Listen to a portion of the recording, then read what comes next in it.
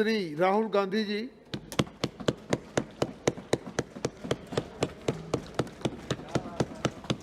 Thank you, Chairman Sir, for allowing me to speak on, Speaker Sir, for allowing me to speak on the presidential address.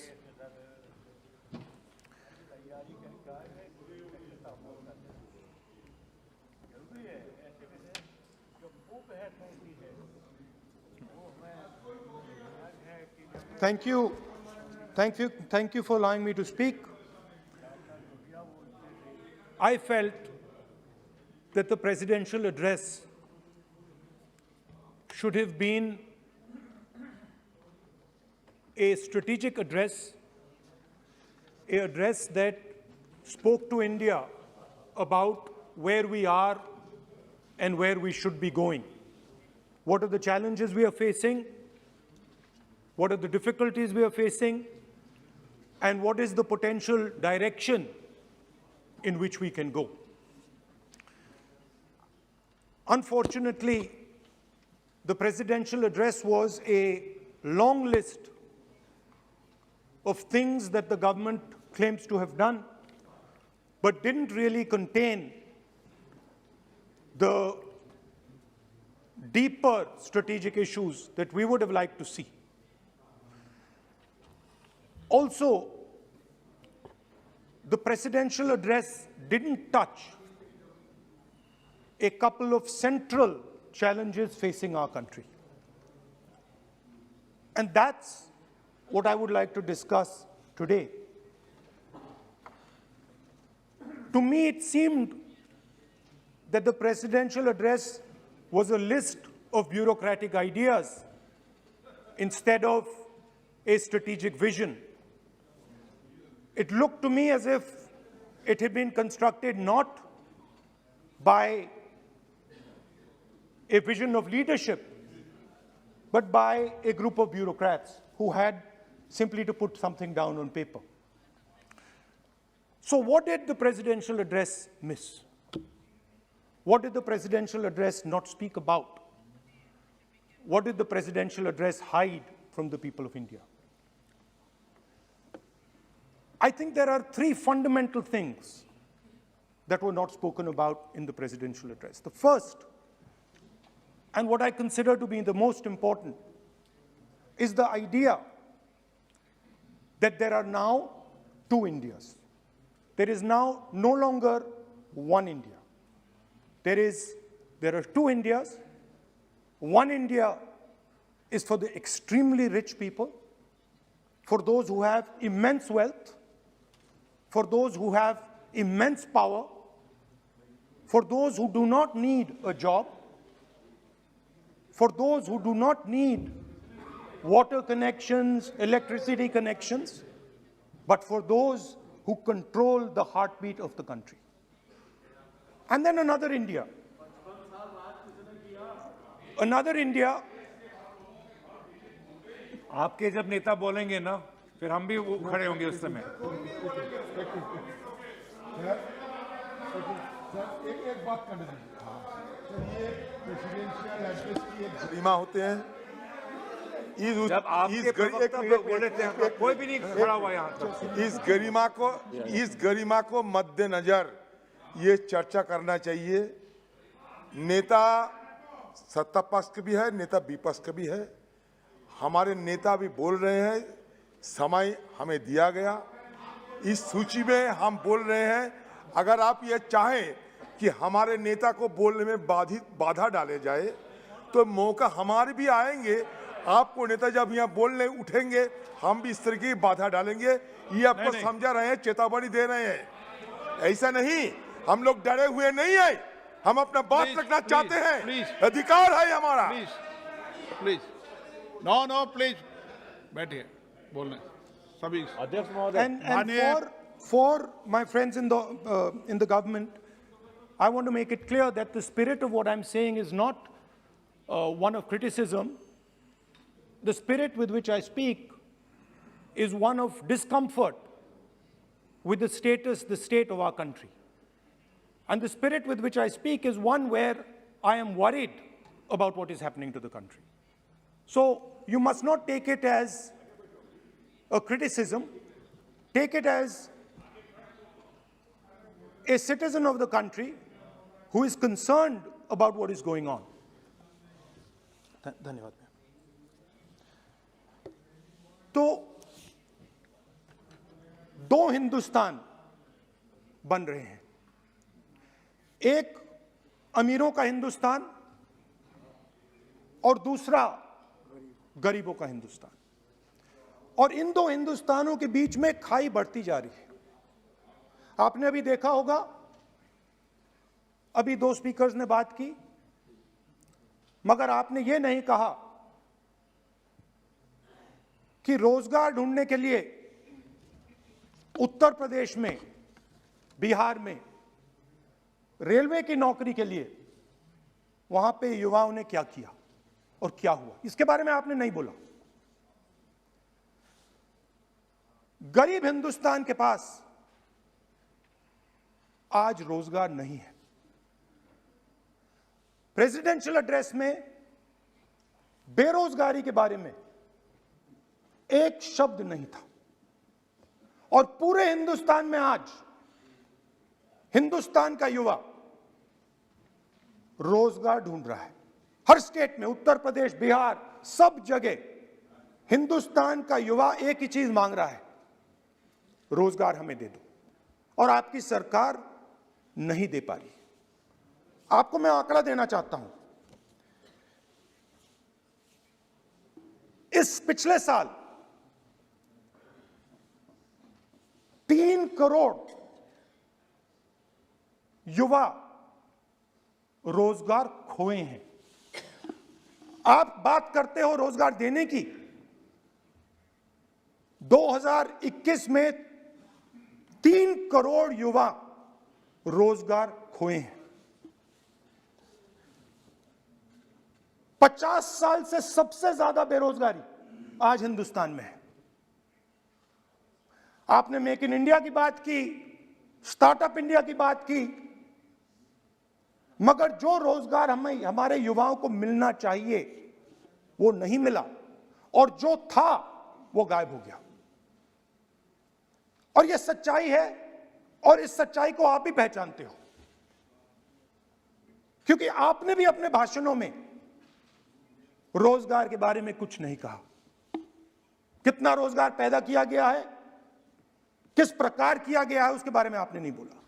और आप बोल भी नहीं पाएंगे, क्योंकि अगर आप बोलेंगे तो हिंदुस्तान का युवा आपकी ओर देख के कहेगा कि ये मजाक कर रहे हैं। तो ये स्थिति पैदा कैसे हुई? ये दो हिंदुस्तान पैदा कैसे हुए?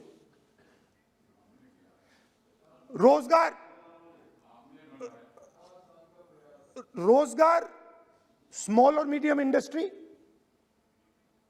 और जो हमारा इनफॉर्मल सेक्टर है उधर बनता है। लाखों करोड़ रुपया आपने उनसे छीनकर हिंदुस्तान के सबसे बड़े अरबपतियों को दिलवा दिया। आपने पिछले 7 साल में अनऑर्गेनाइज्ड सेक्टर और स्मॉल और मीडियम इंडस्ट्री पर एक के बाद एक आक्रमण किया है। 7 की कर रहा हूं मैं, 60 की भी करूंगा मैं अपने भाषण में अंत में 60 साल की बात करूंगा आपको खुश करने के लिए। आप ठहर जाइए। मगर असंगठित जो सेक्टर है उस पर आपने आक्रमण किया। कैसे किया? नोटबंदी, गलत जीएसटी और कोरोना के समय जो सपोर्ट उनको देना था आपने नहीं दिया। नतीजा क्या हुआ? नतीजा यह हुआ कि आज 84% हिंदुस्तान के लोगों की आमदनी घटी है और वो तेजी से गरीबी की ओर बढ़ रहे हैं। यूपीए की सरकार ने, आपने पूछा 60 साल की बात आपने कही, यूपीए की सरकार ने 23 करोड़ लोगों को गरीबी से निकाला था 10 साल में। हमारा आंकड़ा नहीं है, हमारा आंकड़ा नहीं है, हमारा आंकड़ा नहीं है।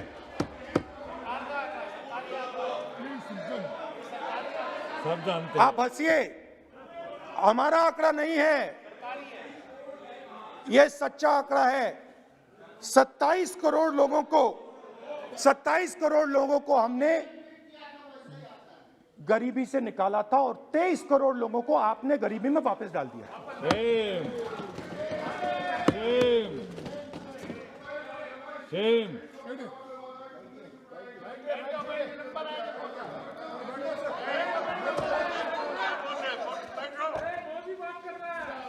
और हो क्या रहा है, फॉर्मल सेक्टर में मोनोपोलीज बन रही हैं। किसी भी आप सेक्टर में देखिए, और सबसे दो मोनोपोलिस्ट के बारे में थोड़ा सा बोलूंगा। उसको वो कोरोना के समय अलग अलग वेरिएंट्स आते हैं ना, डेल्टा, ओमिक्रॉन, वो AA वेरिएंट है, और वो पूरा का पूरा हिंदुस्तान की जो अर्थव्यवस्था है उसके अंदर फैल रहा है। आपने बात उठाई तो मैं उसके बारे में पहले बोल देता हूं। एक व्यक्ति को, नाम नहीं लूंगा, एक व्यक्ति को हिंदुस्तान के सब ports,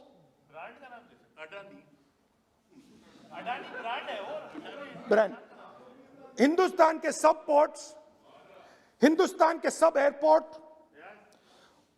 power transmission, mining, green energy, gas distribution, edible oil, जो भी हिंदुस्तान में होता है उधर अदानी जी दिखाई देते हैं।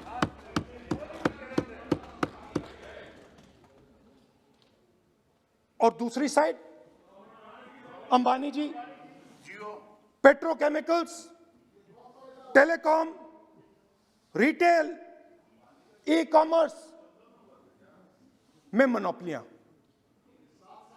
तो पूरा का पूरा धन जो है चुने हुए लोगों के हाथ में जा रहा है। और आपने जो असंगठित सेक्टर को खत्म किया, देखिए अगर आप इनफॉर्मल सेक्टर को खत्म कर देते और मैन्युफैक्चरिंग जॉब्स आप क्रिएट कर देते तो फिर इतनी प्रॉब्लम नहीं आती, फिर दो हिंदुस्तान नहीं बनते। मगर आपने क्या किया, आपने असंगठित सेक्टर को खत्म कर दिया। नोटबंदी, जीएसटी, कोरोना, सारे के सारे जो स्मॉल और मीडियम बिजनेसेस हैं उनको आपने बंद कर दिया। बोलने दीजिए, बोलने दीजिए। सारे के सारे जो स्मॉल एंड मीडियम इंडस्ट्री है आपने उसको खत्म कर दिया, नष्ट कर दिया। अगर आप उनकी मदद करते, और अगर आप उनकी मदद करते, उनको सपोर्ट देते, तो फिर मैन्युफैक्चरिंग सेक्टर तैयार हो सकता था। मगर जो लोग आपका मैन्युफैक्चरिंग सेक्टर बना सकते थे उनको आपने खत्म कर दिया। तो आज हिंदुस्तान में आप made in India, made in India, made in India की बात करते रहते हो। मेड इन इंडिया हो ही नहीं सकता। आज बात खत्म हो गई है, क्योंकि मेड इन इंडिया वाले हैं कौन? मेड इन इंडिया वाले स्मॉल मीडियम वाले हैं, उनको आपने खत्म कर दिया। मेड इन इंडिया वाले कौन हैं? असंगठित लोग हैं, उनको आपने खत्म कर दिया, हटा दिया, परे कर दिया। मेड इन इंडिया नहीं होने वाला है। अरे भाई, मेड इन इंडिया करने के लिए, मेड इन इंडिया करने के लिए स्मॉल और मीडियम इंडस्ट्री को ही बड़ा करना पड़ेगा। बिना स्मॉल और मीडियम इंडस्ट्री को सपोर्ट दिए मेड इन इंडिया हो ही नहीं सकता है। और अगर आप पूछते हैं तो मैं आपको बताता हूं, मैन्युफैक्चरिंग जॉब्स की अगर हम बात करें तो मेरे पास आंकड़ा है यहां पे, पिछले 5 साल में मैन्युफैक्चरिंग जॉब्स 46% कम हुए हैं. 46% drop in manufacturing jobs in India. Why? Because you have destroyed the unorganized sector. Why? Because you have destroyed MSMEs. That is why you're focusing completely on 5 or 10 people. I don't have a problem with that. I don't have a problem with big industry. Focus on them. But please realize that they cannot produce jobs for you. Small and medium industry is the only people who can produce jobs for you. That is the reality. और हो क्या रहा है, 2 हिंदुस्तान बन रहे हैं, आप यहां पे भाषण देते रहते हो. नया Hindustan, new India, make in India, और कौन से नारे हैं? Startup India. आप ये बोलते रहते हो और देश में बेरोजगारी फैलती जा रही है. और आप ये मत सोचिए कि ये जो गरीब हिंदुस्तान है जिसको आप बना रहे हैं, ये मत सोचिए कि ये चुप बैठा रहेगा. ये मत सोचिए कि ये चुप बैठा रहेगा. ये चुप नहीं बैठा रहेगा. इस हिंदुस्तान को सब कुछ दिख रहा है. इस हिंदुस्तान को दिख रहा है कि आज, सुनिए, इन लोगों को दिख रहा है कि आज, ये आंकड़ा आप सुनिए, ये आपकी सरकार की देन है, ये आंकड़ा अच्छी तरह सुनिए. इस गरीब हिंदुस्तान को दिख रहा है कि आज हिंदुस्तान के 100 सबसे अमीर लोगों के पास हिंदुस्तान के 55 करोड़ लोगों से ज्यादा जायदाद है. बात समझिए. 10 लोगों के पास 40% हिंदुस्तान से ज्यादा धन है. 10 लोगों के पास. यह कैसे हुआ? यह आपने किया. यह नरेंद्र मोदी जी ने किया. और तो मैं आपको एक सुझाव देता हूं, प्रधानमंत्री जी को आपको सुझाव देता हूं. ये जो 2 आप हिंदुस्तान आप बना रहे हैं, इन 2 हिंदुस्तानों को जोड़ने का काम जल्दी से शुरू कीजिए. स्मॉल एंड मीडियम इंडस्ट्रीज की मदद करना शुरू कीजिए. जो हमारे बेरोजगार युवाएं हैं उनकी मदद कीजिए. और ये जो आप पूरा का पूरा धन इन्हीं 5-10 लोगों को दे रहे हो, क्योंकि ये आपकी मार्केटिंग करते हैं, आपको टीवी, व्हाट्सएप, फेसबुक पे लगाते हैं, ये काम आप बंद कीजिए, नहीं तो देश का नुकसान होगा. आपका नहीं, देश का नुकसान होगा. तो पहला मेरा सुझाव यह है. नंबर 2 और नंबर 3 भी है, अभी आएगा वो. और वो जो आपने 60 साल की बात कही थी, वो नंबर 3 में आएगा. Now, I'd like to speak. There are. आप तो Now there are 2 competing visions of this country, which is frankly the main difference between us and them. If you read the Constitution of India, you will find, and many of my colleagues who have not read it should look at it, you will find that India is described as a union of states. India is not described as a nation, it is described as a union of states. What does that mean? That means my brother from Tamil Nadu has to have the same right as my brother from Maharashtra, as my sister from Maharashtra, as my brother from Uttar Pradesh, as my brother from Bihar, as my sister from Manipur, Nagaland, Mizoram. That's what it means. What it means, Jammu Kashmir, of course, Jammu Kashmir, Nagaland, of course, Andaman Nicobar, of course. That is Lakshadweep. Now, what is the difference? You have to understand this. This is a serious matter. I would like to have your view on it. And I would like this Parliament House to start serious discussions instead of the type of discussions that we're having. That is why it is serious. It is serious, and I would like a serious response. Right? What I heard, frankly, what I heard in the first address today was not serious. What I heard Mr. Dwivedi say was not serious. It did not behoove this House. It was not at the standard that this House should be used to. It is not at the standard that India should watch. Now, let me come back to the discussion. Let me come back to the discussion, Speaker Sir. There are two visions.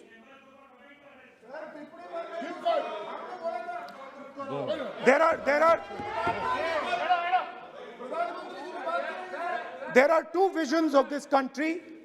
One vision that it is a union of states, meaning it is a negotiation, meaning it is a conversation. Meaning, I go to my brother in Tamil Nadu and I say, what do you want? And he says, this is what I want. And then he asks me, what do you want? And I say, this is what I want. It is a partnership. It is not a kingdom. Remember that. You will never, ever in your entire life rule over the people of Tamil Nadu. It cannot be done. You will never, ever in your life rule over these other people. Please listen to what I'm saying.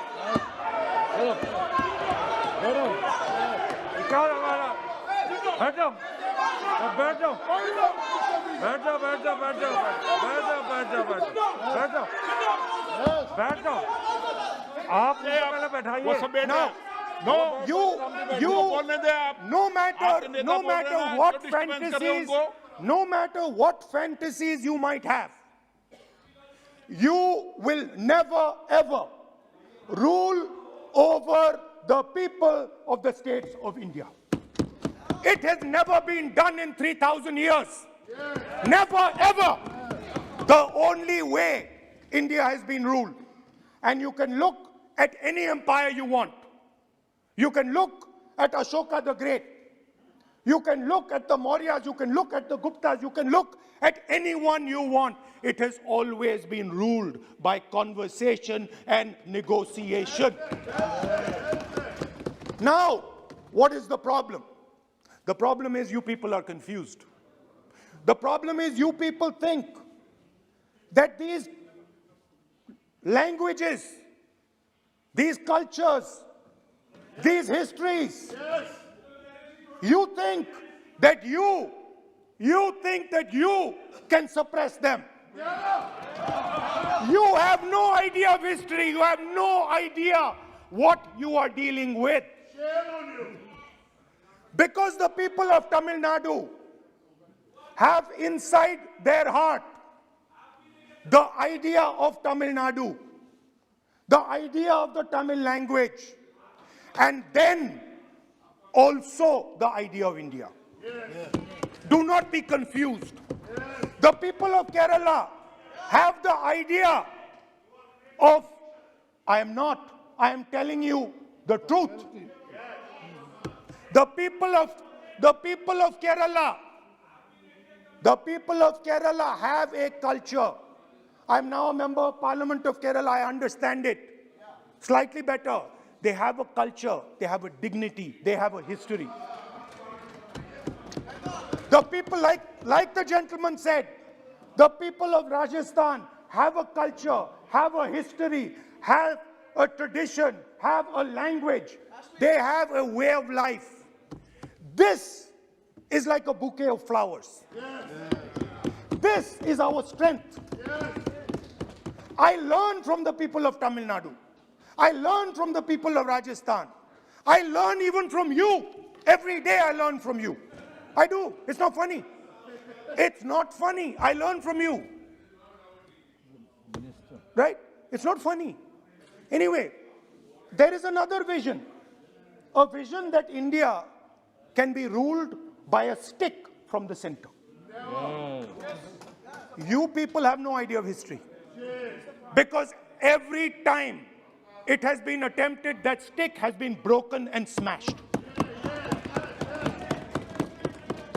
Now what is happening as a result of your flawed vision of the country?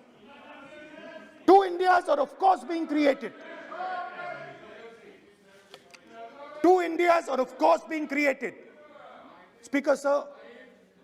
अध्यक्ष महोदय,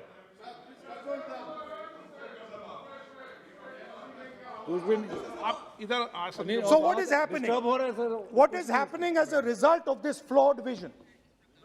Two Indias, उस पर भी बोलता हूं, उस पर भी बोल देता हूं, मैं उस पर भी बोल देता हूं, मैं इमरजेंसी में भी बोल देता हूं, कोई प्रॉब्लम नहीं है, मैं बोलने से नहीं डरता हूं, आप उनका मैं डरता नहीं, मैं बोलने से। आप Anyway, so there are two visions. One is a union of states, union of languages, union of cultures, a bouquet of beautiful flowers that can challenge any power in the world. No power in the world has ever been able to challenge this bouquet of flowers. Now, there is another vision, a centralizing vision, the vision of a king. The idea of a king, which the Congress removed in 1947. We smashed that idea of a king. Now that idea of a king has come back. That there is a king, a Shahin Shah, a ruler of rulers, a master of masters. Now what is happening? Now, Speaker sir, what is happening? आप बीच में मत बोलिए। Now, Speaker. No, सबको Now, Speaker sir, what is happening as a कोई result of disturbance this नहीं हो रहा। flawed vision? What is सामान्य happening हल्का फुल्का चलता है। is that the instruments of the conversation between our states, the instruments of the conversation between our peoples, what we call the institutions of our country, are being attacked and captured by one idea. So, for example, today, the idea of Tamil Nadu is excluded from Indian institutions. They can keep coming to you again and again and again and again and saying need, and you will say no, get out of here. Right? They do not have a voice in your framework. The farmers of Punjab can stand up and say we do not agree with these 3 laws. They do not have a voice in your framework. Only the king has the voice. The farmers can sit for 1 year. They can sit for 1 year outside in Corona. They can die, doesn't matter. The king does not agree. You do not listen to anybody. And even all of you, my dear brothers and sisters in the BJP, I saw my Dalit colleague speak today, Paswanji. I saw him. He knows the history of the Dalits. He knows who has oppressed the Dalits for 3,000 years. And he is speaking with a hesitancy. He is speaking without. I am proud of him. I am proud of this gentleman. He has spoken to me what is in his heart. I am proud of this man. But he is in the wrong party. Don't worry, घबराइए मत.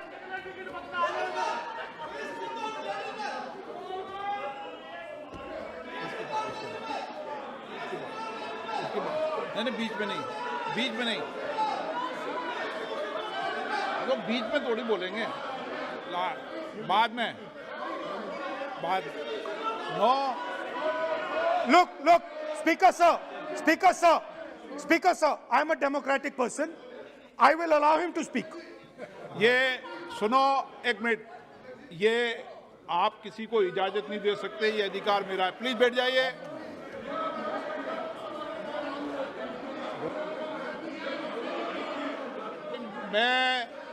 आप वो इजाजत दे सकते हैं क्या आसन को? वो इजाजत देने का अधिकार नहीं है.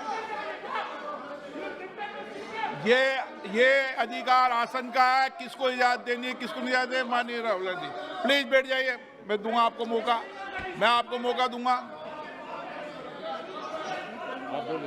So, Speaker sir. So, Speaker sir. माननीय सदस्य प्लीज बैठिए, मैं आपको मौका दूंगा, बोलते रहे आप। क्या करें? Speaker sir. So this confused ideology, this confused understanding of the nation of India is playing havoc with this country. And I'll give you examples. The judiciary, the election commission, Pegasus. These are all instruments of destroying the voice of the Union of States. When you apply Pegasus on an Indian politician, when the Prime Minister personally goes to Israel and authorizes the use of Pegasus in India, he is attacking the people of Tamil Nadu. He is attacking the people of Assam. He is attacking the people of Kerala. He is attacking the people of Bengal. Point of order, point of order. 52(1). 352(1). Speaker sir, 352(1) कहता है कि a member while speaking shall not refer to any matter of fact on which a judicial decision is pending. Supreme court में ये pending है sir, और यदि इनको supreme court पर विश्वास है, कोर्ट पर विश्वास है, तो ये अपना फोन जो है जमा करें, पहले ये शामिल हो सर, ये पहले उसके इंक्वायरी में शामिल हो, क्योंकि इनका नाम भी पेगासस में है, सो कॉल्ड ये जो कह रहे हैं, इसीलिए ये पेगासस का नाम नहीं ले सकते सर, ये कोऑपरेट नहीं कर। Now, so what is happening is that a particular organization has captured the institutional framework of the country and is attacking the voice of the different states of this country. And my fear is that you will get a reaction from that voice. My fear is that this attack that you're carrying out on the institutional framework of this country is going to get a response from the Union of States. And you're fiddling. I understand this. You might not appreciate it. But my great-grandfather spent 15 years in jail building this thing. My grandmother was shot 32 times and my father was blown into bits.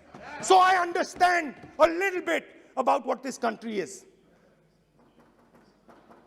My blood has been sacrificed, not by me, by my great-grandfather, by my grandmother, by my father for this country. So I understand what it is. And you are fiddling with something very, very dangerous.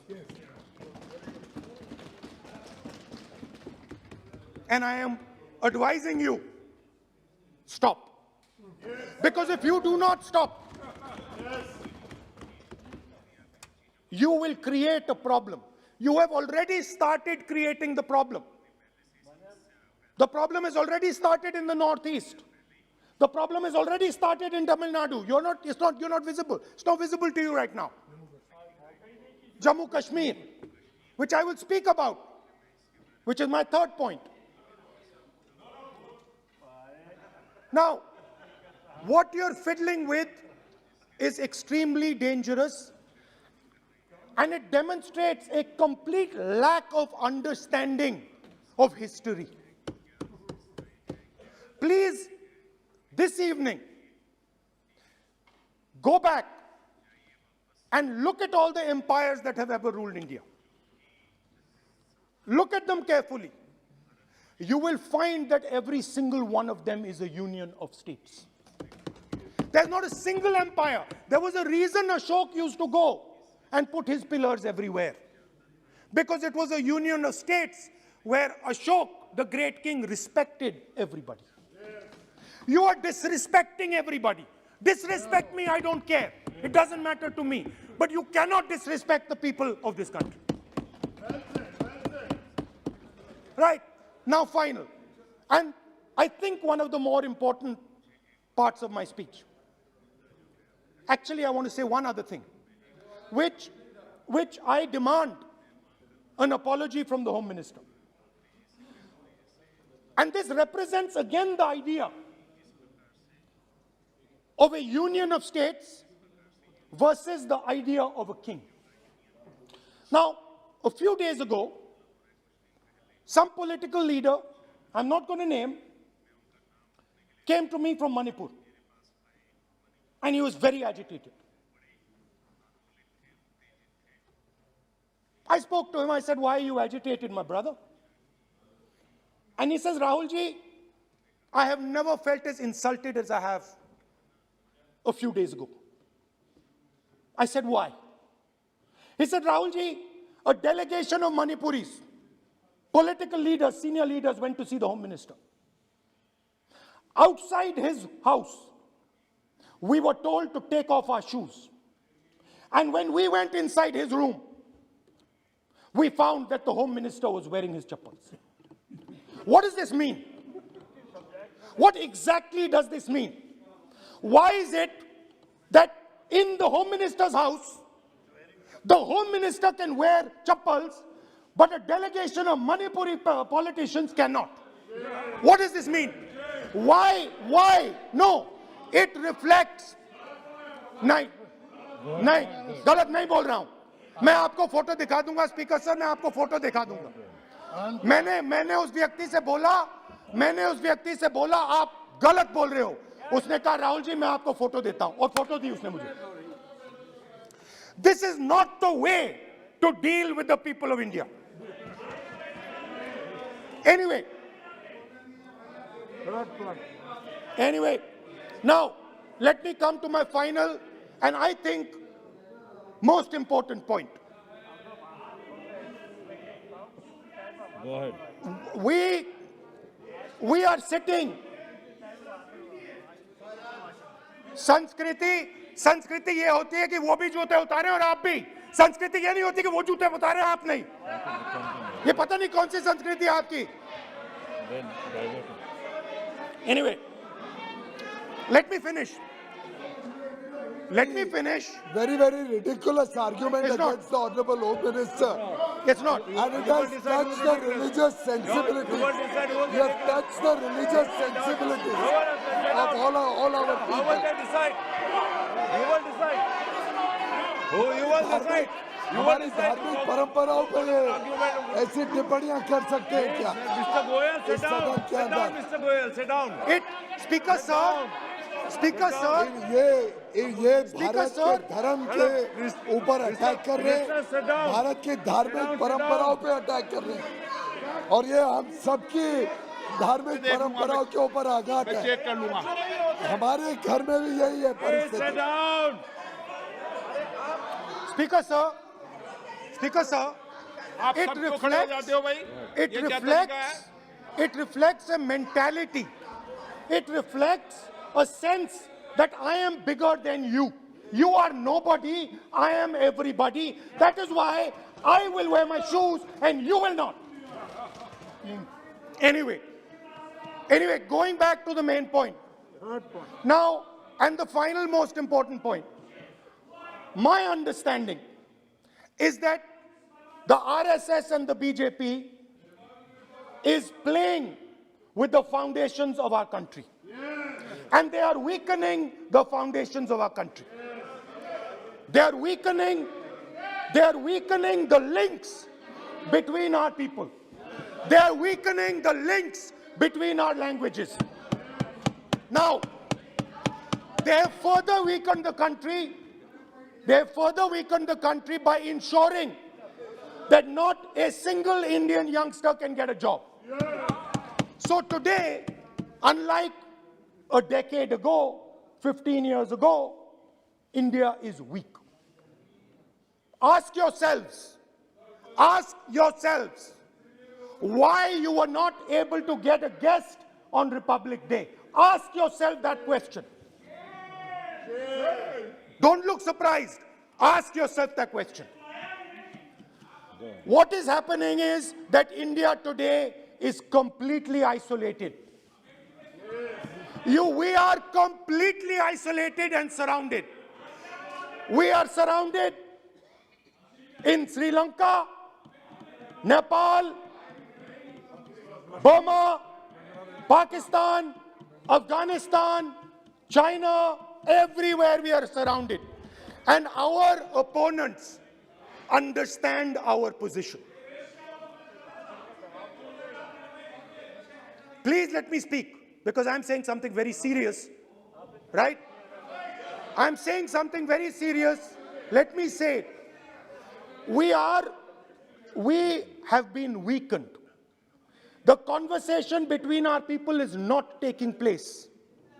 Our institutions are under attack, and we are completely surrounded.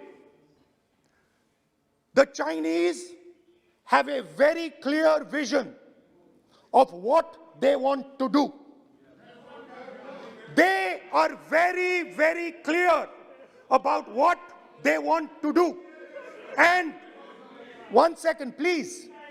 The single biggest, you can ask anybody who understands, the single biggest strategic goal of India's foreign policy has been to keep Pakistan and China separate. This is fundamental for India. And what you have done is you have brought them together. Today, do not be under any illusion. Do not underestimate the force that is standing in front of you. Do not underestimate the power that stands in front of us. Do not underestimate it. You have brought Pakistan and China together, and this is the single biggest crime that you could commit against the people of India. China has a clear vision, and I can clearly see, without any confusion in my mind, that China has a plan.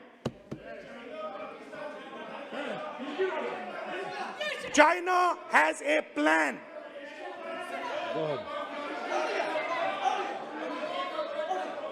I can see without any doubt that the Chinese, please, we are all nationalists, so let us discuss properly. I can see that China has a clear-cut plan. The foundations of their plan have been put in place in Doklam and in Ladakh. Do not underestimate what we are facing. This is a very, very serious threat to the Indian nation.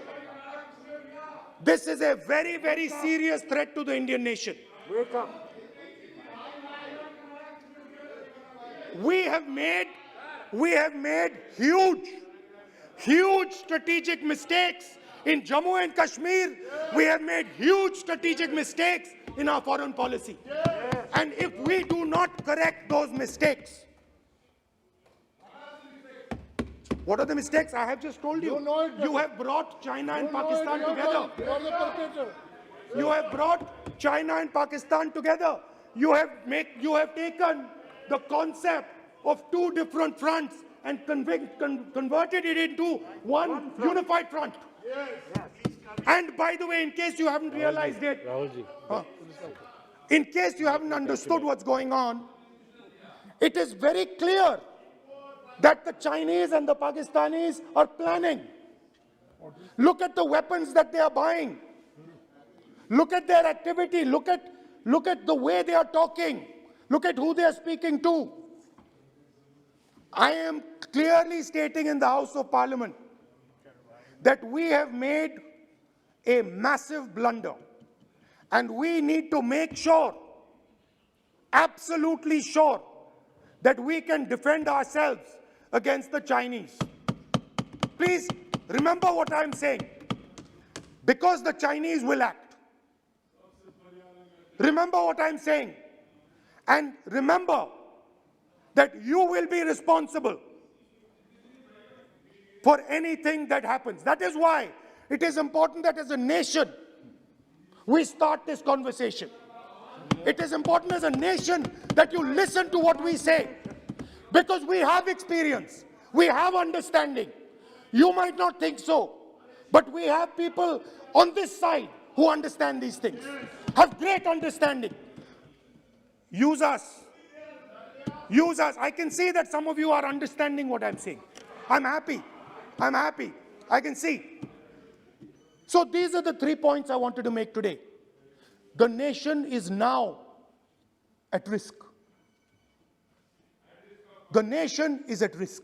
The nation is at risk from outside. From inside. The nation is at risk from inside. And that is a very dangerous place for a nation to be. And I don't like it. I am very uncomfortable with my nation, with my beloved country standing where it is standing. Completely isolated on the outside, fighting on the inside, institutions captured, states not able to speak to each other. This worries me. It frightens me for my country. And so that is why I thought it was important that I speak today. I know that many of you will just rubbish what I'm saying. I understand it. That's what you've been told to do. And I'm happy to let you do it. But remember what I said. You are putting this nation, this wonderful nation and its people at huge risk. Stop. Thank you.